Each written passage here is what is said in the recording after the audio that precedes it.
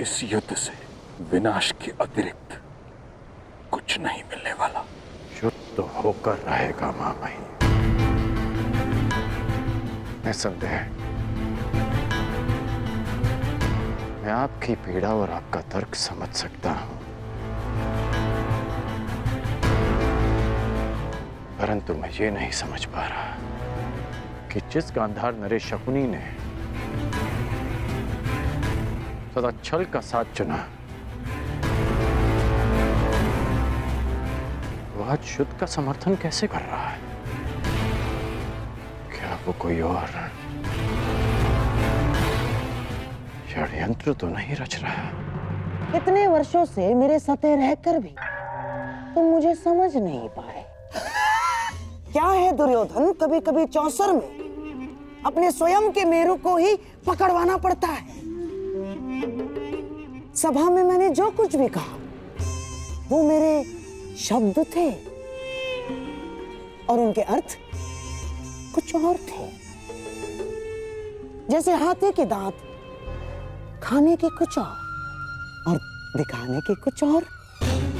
हम पांडवों को अज्ञातवास में ही पकड़ लेंगे ताकि युद्ध की नौबत ही ना आए।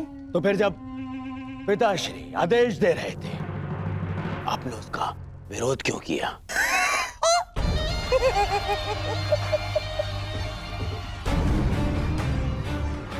अपने विरोधियों को धराशायी करने के लिए मेरे प्यारे सम्राट।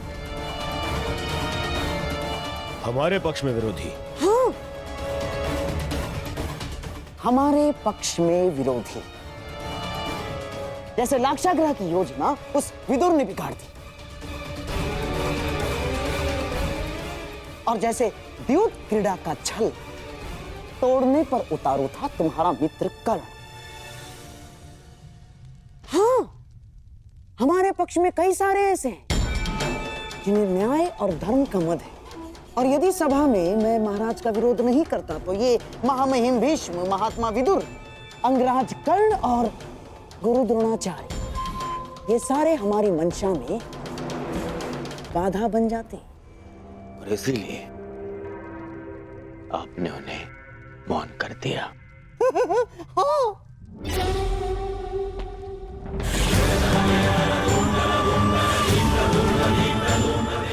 परंतु इन पांडवों का क्या? हाँ, पांडवों का क्या होगा?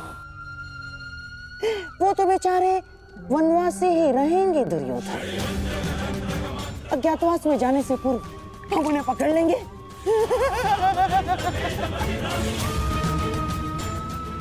जिस युद्ध के लिए अर्जुन दिव्यास्त्र ला रहा है वो कभी होगा ही नहीं।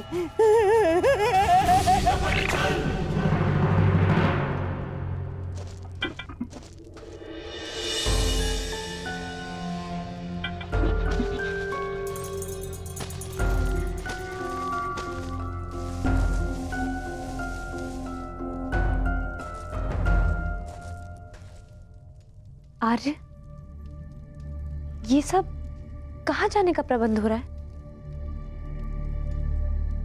वनवास समाप्त होने को है पांचाली, और कौरव मूर्ख नहीं है। वो प्रत्येक क्षण हम सब पर दृष्टि रखे हुए हैं। वो पूरा प्रयास करेंगे कि अज्ञातवास प्रारंभ होते ही वो हम सबको पकड़ सके, परंतु हमें उन्हें ऐसा कोई अवसर नहीं देना है पांचाली। अज्ञातवास आरंभ होने से पूर्व हमें किसी गुप्त स्थान के लिए प्रस्थान करना होगा पांचाली। परंतु आर्य अर्जुन के बिना वो वहां अपने लिए नहीं, हम सबके लिए दिव्य अस्त्र प्राप्त करने गए।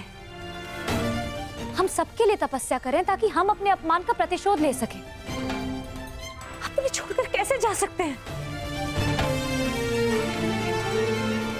मैं भी अर्जुन को छोड़कर यहां से नहीं जाना चाहता हूं पांचाली, परंतु इस समय यहां से निकलना अत्यंत आवश्यक है।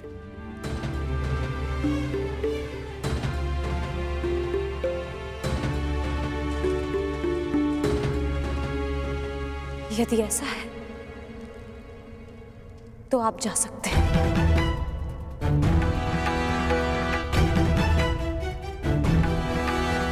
परंतु मैं आर्य अर्जुन के बिना यहां से नहीं जाऊंगी।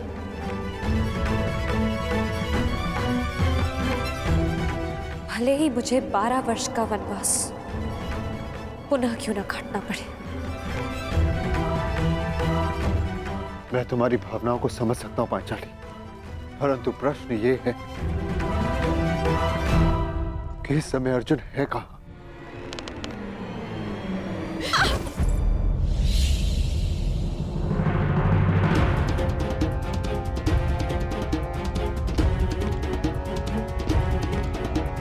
देवी, देवी, देवी उर्वशी, आंखें खोलिए, आंखें खोलिए देवी।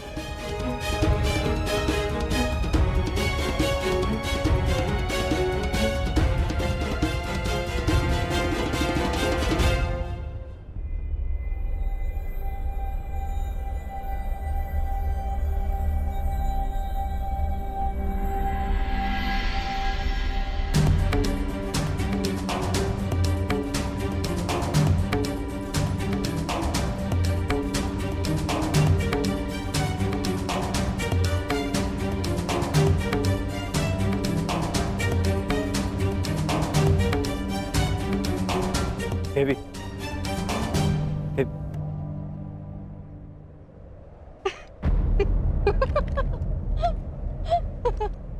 आप हंस क्यों रहे हैं? एक ब्रह्मचारी का ब्रह्मचर्य टूटते देखा तो अपना हाथ से रोक ही नहीं पाए। बस एक स्त्री को छूकर तुम्हारा ब्रह्मचर्य व्रत तो टूट गया वीर। अब तो मेरा हृदय मत तोड़ो, मुझे प्रेम दान दो। असंभव। रुको अर्जुन,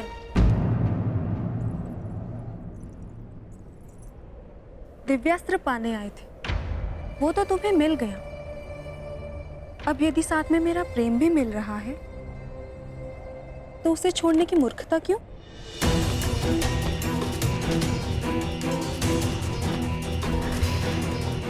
मुझे पाने के लिए बड़े बड़े महर्षियों ने अपना तप छोड़ा है और तुम मुझे छोड़ रहे हो। कदाचित मैं उन महर्षियों जैसे सौभाग्यशाली नहीं हूं देवी।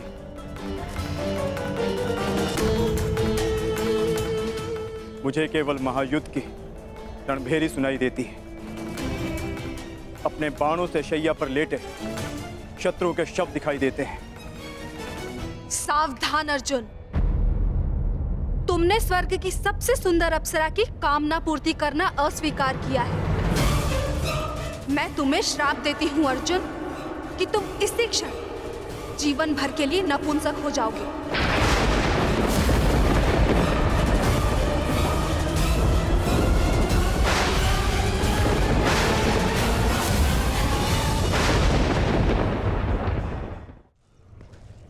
ये कौन से वन में ले आए हैं मामाश्री? यहाँ ना कोई व्यक्ति है, ना कोई मार्ग है। ऐसे ही मार्गों से जीवन का प्रकाश मिलता है दुर्योधन। मैं तुम्हें ऐसी जगह लाया हूँ जहाँ तुम्हें पांडवों के त्राण का मार्ग मिलेगा। यहाँ वन में कहाँ त्राण मिलेगा मामाश्री? बोलते बहुत हो दुर्योधन, शांत रहो और देखते जाओ। चलिए आओ।